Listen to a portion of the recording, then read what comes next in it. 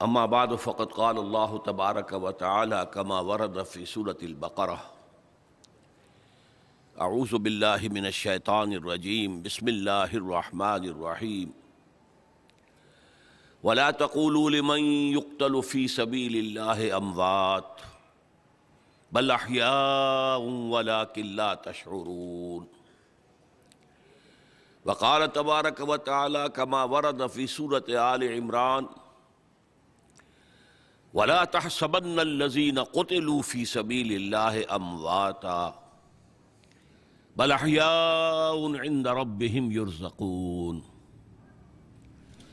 وقال عز وجل كما ورد في سورة التوبة ان الله اشترى من المؤمنين انفسهم واموالهم بان لهم الجنة يقاتلون في سبيل الله فيقتلون ويقتلون صدق اللہ العظیم وقال النبی صلی اللہ علیہ وسلم لوددت ان اقتل فی سبیل اللہ ثم احیا ثم اقتل ثم احیا ثم اقتل او کما قال صلی اللہ علیہ وسلم رب اشرح لی صدری ویسر لی امری واحلل عقدۃ من لسانی یفقہوا قولی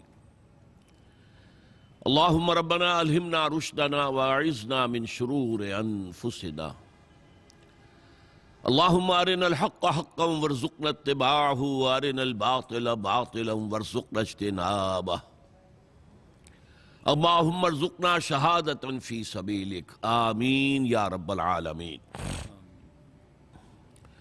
معزز حاضرین اور محترم خواتین، السلام علیکم ورحمۃ اللہ وبرکاتہ۔ آپ کے علم میں ہے کہ میری اس وقت کی گفتگو کا موضوع ہے قرآن کا فلسفہ شہادت۔ اس ضمن میں جو سب سے پہلی بات میں کہنا چاہتا ہوں، جو آپ حضرات کے لیے شاید بہت غیر متوقع ہو، ہمارے ذہنوں میں شہادت کا ایک ہی مفہوم ہے، اللہ کی راہ میں قتل ہو جانا۔ اس مفہوم میں پورے قرآن میں یہ لفظ کہیں استعمال نہیں ہوا۔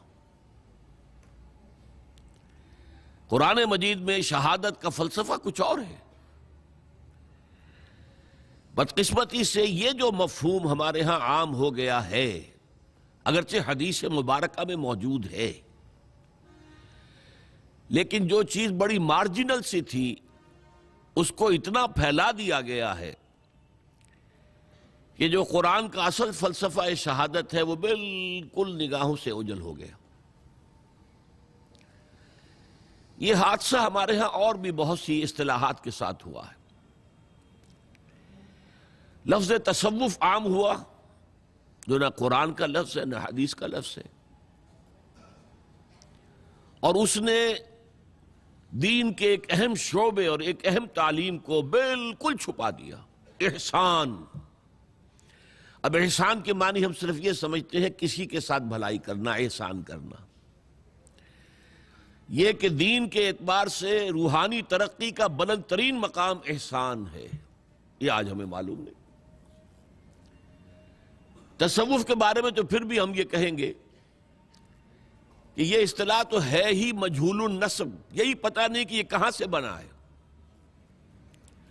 عام طور پر سمجھتے ہیں صوف سے، اون۔ تو ابتدائی صوفی حضرات جو ہوتے تھے وہ اونی لباس پہنتے تھے تاکہ وہ چبھتا رہے جسم کو، اپنے جسم کو، اپنے نفس کو اذیت دینے کے لیے۔ تو شاید اس سے تصوف بن گیا۔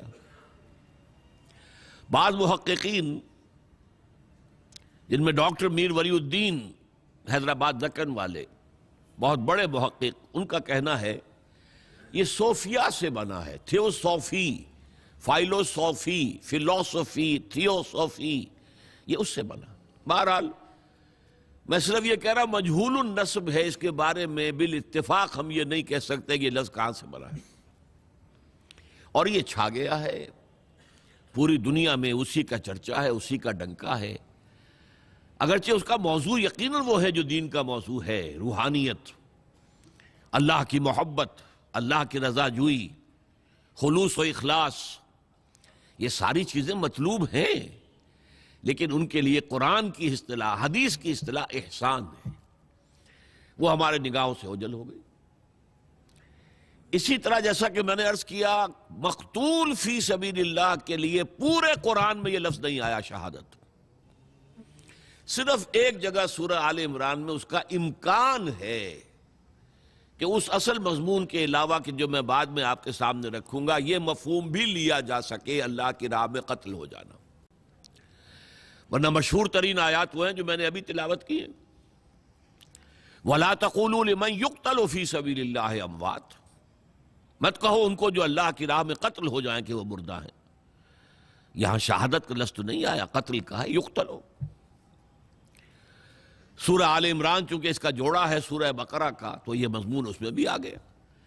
وَلَا تَحْسَبَنَّ الَّذِينَ قُتِلُوا فِي سَبِيلِ اللَّهِ أَمْوَاتًا، کبھی ہرگز نہ سمجھنا کہ جو اللہ کی راہ میں قتل ہو جائیں وہ مردہ ہیں، بل احیاء عند ربہم یرزقون، وہ تو زندہ ہے، اپنے رب کے پاس رزق پا رہے ہیں۔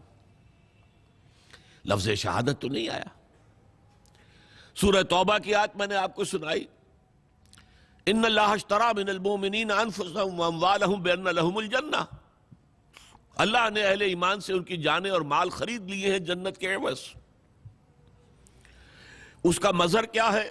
یقاتلون فی سبیل اللہ، تو اللہ کی راہ میں جنگ کرتے ہیں، فیقتلون ویقتلون، قتل ہوتے بھی ہیں قتل کرتے بھی ہیں۔ قتل ہی کا لفظ ہے، شہادت کا لفظ تو نہیں۔ پھر میں نے آپ کو حدیث سنائی، بڑی پیاری حدیث ہے۔ حضور فرماتے ہیں لَوَدِدْتُ أَنْ أُقْتَلَ فِي سَبِيلِ اللَّهِ ثُمَّ أُحْيَا ثُمَّ أُقْتَلَ ثُمَّ أُحْيَا ثُمَّ أُقْتَلَ او کما قال صلی اللہ علیہ وسلم، میری بڑی خواہش ہے میں اللہ کی راہ میں قتل ہو جاؤں، پھر زندہ کیا جاؤں، پھر قتل ہو جاؤں، پھر زندہ کیا جاؤں، پھر قتل ہو جاؤں۔ یہاں بھی وہی لفظ قتل ہے۔ تو پہلا نقطہ یہ سمجھ لیجئے کہ پورے قرآن مجید میں لفظ شہادت اس معنی میں نہیں آیا ہے جس معنی میں کہ یہ ہمارے ذہنوں میں، ہماری زبانوں پر عام ہے۔ تو پھر قرآن کا فلسفہ شہادت کیا ہے؟ اور جیسا کہ میں نے کہا حدیث میں یہ لفظ استعمال ہوا ہے مقتول فی سبیل اللہ کے لیے، تو اس کا ربط کیا ہے؟ یہی در حقیقت دو کوسچنز ہیں کہ جن پر میں اس وقت گفتگو کروں گا، اور میں کہاں سے شروع کرنا چاہتا ہوں۔ سب سے پہلے لفظ شہادت کا لغوی مفہوم کیا ہے اسے سمجھیے، یہ کہاں سے بنا ہے؟ شہد یشہد، موجود ہونا، حاضر ہونا۔ اس سے کیا بنتا ہے؟ اس میں فاعل شاہد، شاہد و غائب، جو موجود نہیں ہے وہ غائب ہے، جو موجود ہے وہ شاہد ہے۔ شہد یشہد شہودن و شہادتن، اس کے معنی کیا ہے؟ موجود ہونا۔ البتہ اس میں پھر اضافی مفہوم دو پیدا ہوئے۔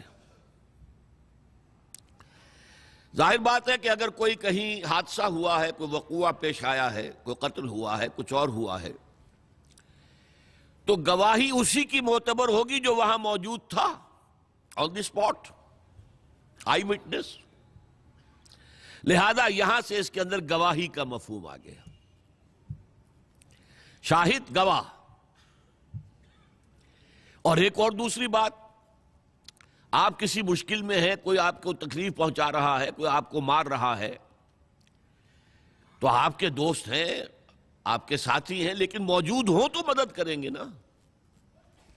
اس لیے شہادت کا ایک مفہوم مدد کا بھی ہو گیا۔ یہ دو اضافی مفہوم ہیں۔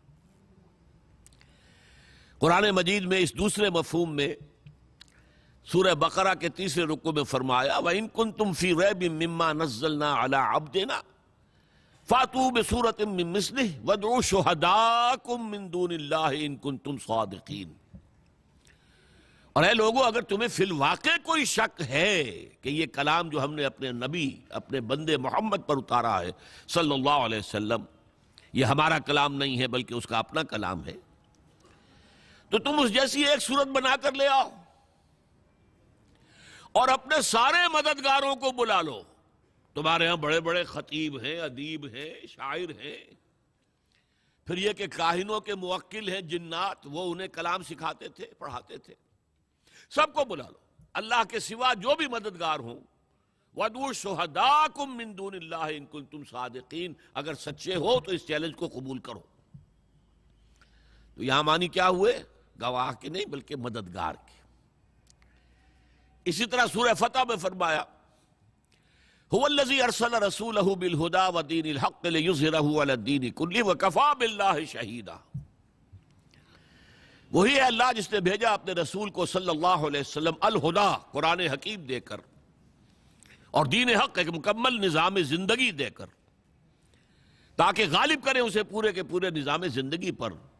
اور اللہ کافی ہے مددگار کے طور پر، کوئی مدد کرے نہ کرے اللہ کافی۔ تو ایک تو مددگار کے معنی میں شہید کا لفظ آیا، اور دوسرا جو میں نے عرض کیا گواہی۔ اب یہاں سے اصل میں سارا فلسفہ قرآن کا جو ہے شہادت کا، وہ اس لفظ گواہی پر بیسڈ ہے۔ پہلے یہ جان لیجئے کہ گواہی جو ہے اس کے دو پہلو ہیں۔ آپ کسی مقدمے میں گواہ ہیں تو آپ کی گواہی کسی کے حق میں ہے، کسی کے خلاف ہے۔ مدعی کے حق میں ہے تو مدعا علیہ کے خلاف ہے، مدعا علیہ کے حق میں ہے تو مدعی کے خلاف ہے۔ تو شہادت کے لیے یہ دو تصور لازمی ہے۔ اس کے لیے نوٹ کر لیجئے، کسی کے حق میں ہو تو لام آئے گا، کسی کے خلاف ہو تو علا آئے گا۔ شہد لہو، اس نے اس کے حق میں گواہی دی، شہد علیہ، اس نے اس کے خلاف گواہی دی۔ لام اور علا کا یہ صلہ جو ہے، اس سے یہ بات بالکل ایک دوسرے سے اپوزٹ ہو جاتی۔ اسی معنی میں حضور کی ایک پیاری حدیث ہے، القرآن حجت لک او علیک، یہی لام اور علا، یہ قرآن یا تو حجت ہے تمہارے حق میں، تمہارے لیے دلیل راہ ہے، تمہارا امام ہے، تمہیں راستہ دکھائے گا، تمہاری ہدایت کرے گا، اور اللہ کے ہاں بھی کھڑے ہو کر گواہی دے گا، اے اللہ تیرا یہ بندہ مجھ سے بڑی محبت رکھتا تھا، مجھے پڑھتا تھا، میری تلاوت کرتا تھا، مجھے سمجھتا تھا، مجھ پر تدبر کرتا تھا، تو وہ تمہارے حق میں گواہی ہو گئی۔ او علیکا، یا تمہارے خلاف، اے اللہ یہ بدبخت کہتا تھا کہ میں مانتا ہوں قرآن کو، مجھے پڑھتا تک نہیں تھا، اس نے کبھی مجھے کھول کر نہیں دیکھا، اور پڑھتا تھا تو بغیر سمجھے پڑھتا تھا، اور کچھ سمجھ بھی لیتا تھا تو عمل نہیں کرتا تھا۔ تو القرآن حجت لک، یا تمہارے حق میں حجت اور دلیل، اور یا او علیکا، یا تمہارے خلاف۔ تو شہادت کا یہ معاملہ سمجھ لیجئے کہ کسی کے حق میں کسی کے خلاف۔ اب میرے چند الفاظ نوٹ کر لیجئے۔ شہادت در حقیقت کار رسالت کی ادائیگی کے لیے قرآن مجید کی اہم ترین اصطلاح ہے۔ نبی جب آتے تھے گواہی دیتے تھے کہ اللہ کے سوا کوئی معبود نہیں، اللہ کے حق میں گواہی دیتے تھے میں اللہ کا رسول ہوں۔ وہ جو اقبال نے کہا، دے تو بھی محمد کی صداقت کی گواہی دیتے تھے، یہ قرآن اللہ کی کتاب ہے جو مجھ پر نازل ہوئی ہے۔ پھر جو کچھ کہتے تھے اس کا اپنے عمل سے گواہی دیتے تھے کہ میں خود اس پر عمل پیرا ہوں۔ یہ کار رسالت کی گواہی ہے، اور یہ گواہی لام بھی ہے علا بھی ہے۔ کیسے؟ دنیا میں یہ گواہی اللہ کے حق میں دی جا رہی ہے، اللہ کے دین کے لیے دی جا رہی ہے، حق کے لیے دی جا رہی ہے۔ یا ایھا الذین آمنوا کونوا قوامین بالقسط شہداء للہ، لام کو نوٹ کر لیجئے یہاں۔ اے ایمان والو، عدل و انصاف کو قائم کرنے کے لیے پوری طاقت کے ساتھ کھڑے ہو جاؤ، اور اللہ کے حق میں گواہی دینے کے لیے کھڑے ہو جاؤ۔ یا ایھا الذین آمنوا کونوا قوامین بالقسط شہداء للہ۔ تو یہاں ہم گواہی دیں گے، قرآن پہنچا رہے بھائی اللہ کا کلام ہے، پڑھو اس کو، اپنے عمل پہ کے ذریعے سے اس کی گواہی پیش کر رہے ہیں۔ یہ گواہی ہے اللہ کی، اللہ کے دین کی، اللہ کی توحید کی، اللہ کی رسالت کی، اللہ کے کلام کی گواہی ہے۔ یہ گواہی الٹی پڑ جائے گی قیامت کے دن۔ اللہ کے رسول کھڑے ہو کر کہیں گے، اے اللہ میں نے ان کو پہنچا دیا تھا تیرا کلام۔ Now they are accountable. They can't plead ignorance. یہ نہیں کہہ سکتے کہ ہمیں معلوم نہیں تھا۔ یہ گواہی الٹی پڑے گی۔ گویا کہ قیامت کے دن انبیاء اور رسول سرکاری گواہ بن کر کھڑے ہوں گے، پروزیکیوشن وٹنسز۔ اے اللہ تیرا پیغام جو آیا تھا میں نے پہنچا دیا تھا۔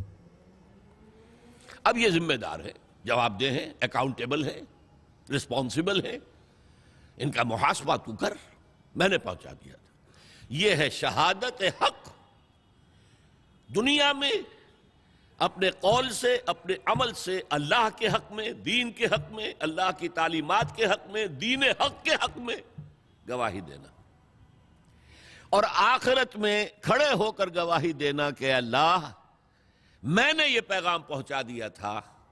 یہ نہیں کہہ سکتے کہ ہمیں بات پہنچائی نہیں گئی۔ دیکھیے اس میں بہت ہی نازک مسئلہ ہے۔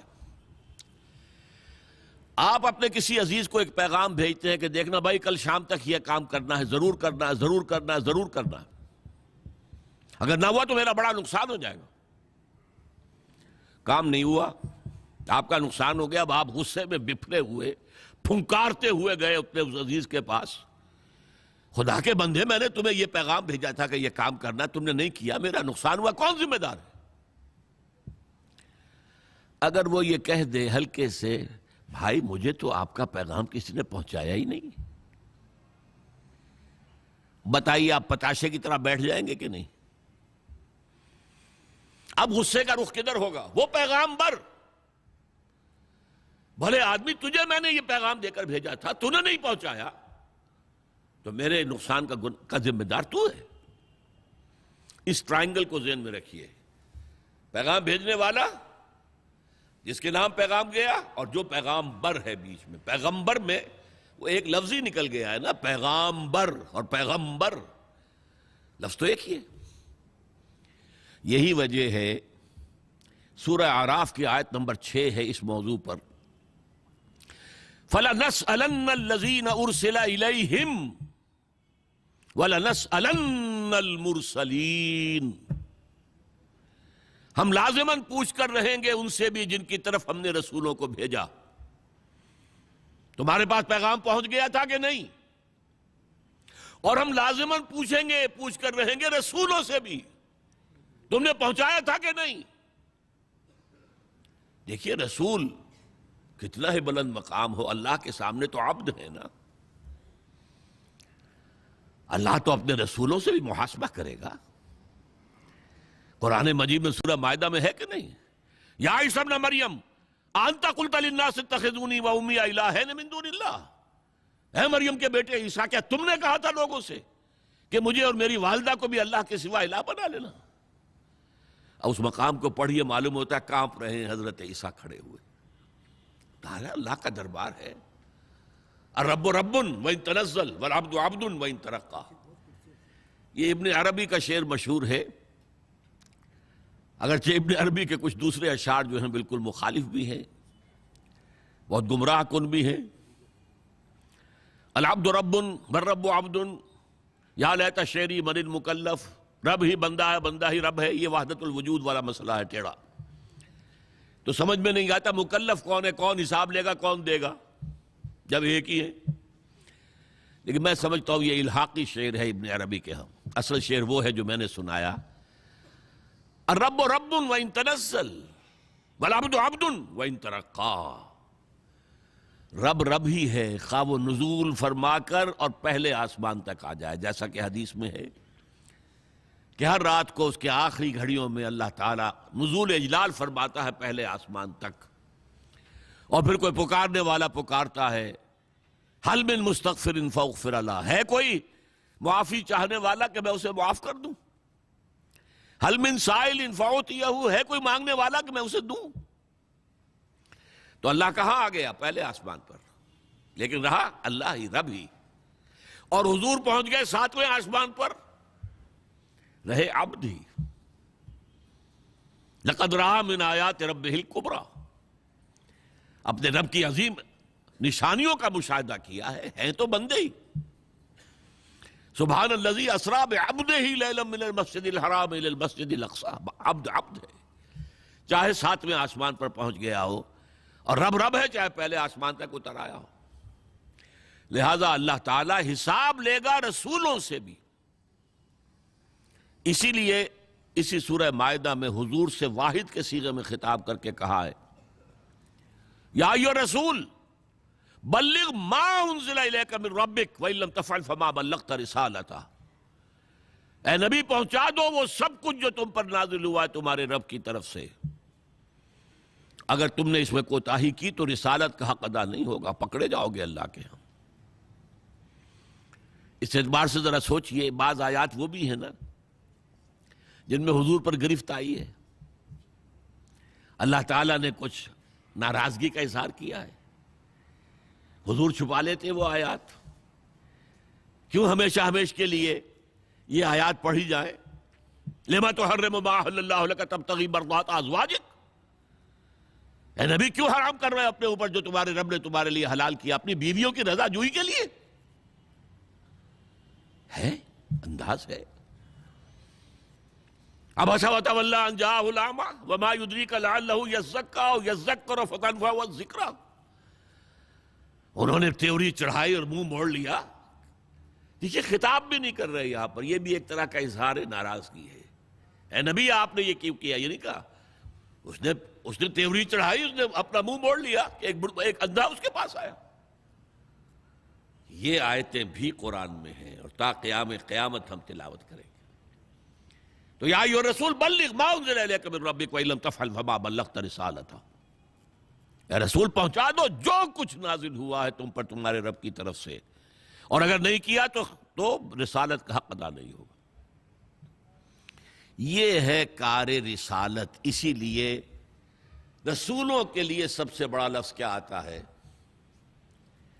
انا ارسلنا الیکم رسولا شاہدا علیکم کما ارسلنا الی فرعون رسولا۔ دیکھو لوگوں، ہم نے بھیج دیا تمہاری طرف ایک رسول جو تم پر گواہ بنے گا، تمہارے خلاف گواہی دے گا، شاہدا علیکم،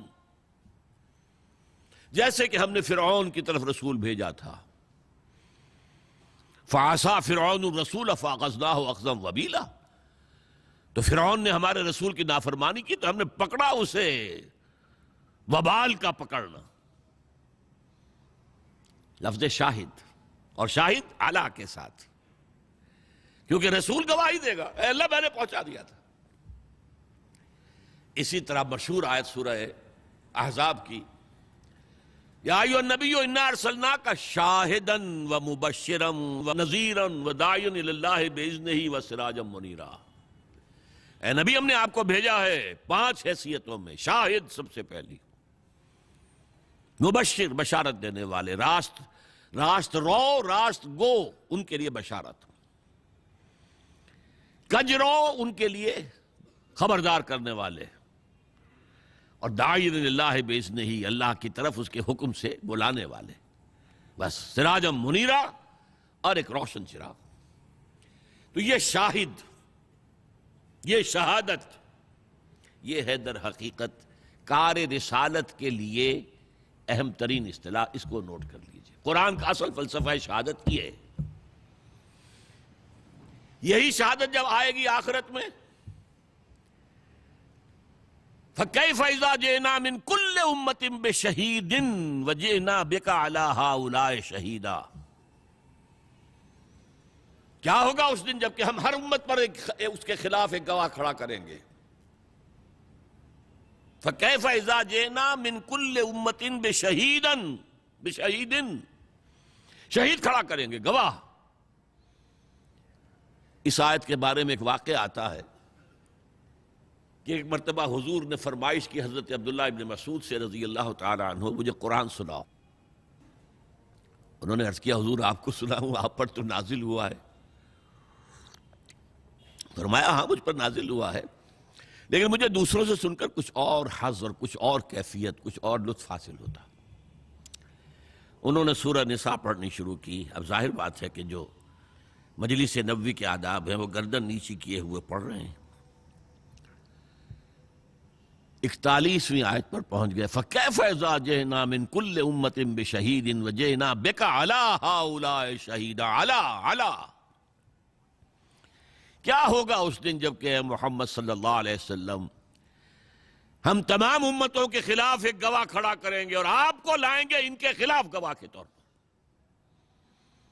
جب اس آیت پر پہنچے حضرت عبداللہ ابن مسعود، حضور نے فرمایا حسبک حسبک حسبک، بھائی بس کرو بس کرو بس کرو۔ اب انہوں نے جہاں آنکھیں اٹھا کر دیکھا تو حضور کی آنکھوں سے آنسو بہہ رہے تھے۔ مجھے اپنی قوم کے خلاف گواہی دینی ہوگی۔ یہ ہے شہادت، شہادت علی الناس۔ اچھا، اس شہادت میں ایک پہلو کیا ہے؟ زبان سے شہادت، اشہد ان لا الہ الا اللہ و اشہد ان محمد رسول اللہ۔ یہ تو گویا کہ گیٹ وے ہے ٹو انٹر انٹو اسلام۔ کوئی ہندو، کوئی سکھ، پارسی، عیسائی آج کہے اشہد ان لا الہ الا اللہ و اشہد ان محمد رسول اللہ، ایسے ہی ہے جیسے ایک لکیر کھینچی ہوئی تھی، پہلے ادھر تھا اب ادھر آ گیا۔ ایک ہے دین کی، پورے دین کی گواہی دینا اور اپنے عمل سے دینا، ورنہ کیا ہوگا؟ یہ کہتے کچھ اور ہے، کرتے کچھ اور ہے۔ لما تقولون ما لا تفعلون، اے ایمان کے دعوے دارو کیوں کہتے ہو جو کرتے نہیں ہو؟ کبر مقتا عند اللہ ان تقولوا ما لا تفعلون، اللہ کی بیزاری کی انتہا ہے یہ بات کہ تم کہو جو کرتے نہیں ہو۔ دیکھیے یہاں غضب کا لفظ نہیں آیا ہے، غضب جو ہے ہلکا لفظ ہے، اللہ کے غضب کا لفظ نہیں آیا، مقت۔ دیکھیے ایک غصہ ہوتا ہے، یہ غصہ اس وقت تک آتا ہے جب تک آپ کو کسی سے کوئی توقع ہو، جتنی توقع تھی اس کے خلاف اس نے اتنا کام کیا، آپ کو زیادہ غصہ آئے گا۔ ایک وقت آتا آپ بیزار ہو جاتے ہیں، اب غصہ نہیں آتا، اب بیزاری ہے، مقت کہتے ہیں بیزاری کو۔ اور نکاح مقت یہ آیا ہے قرآن مجید میں سورہ نساء میں۔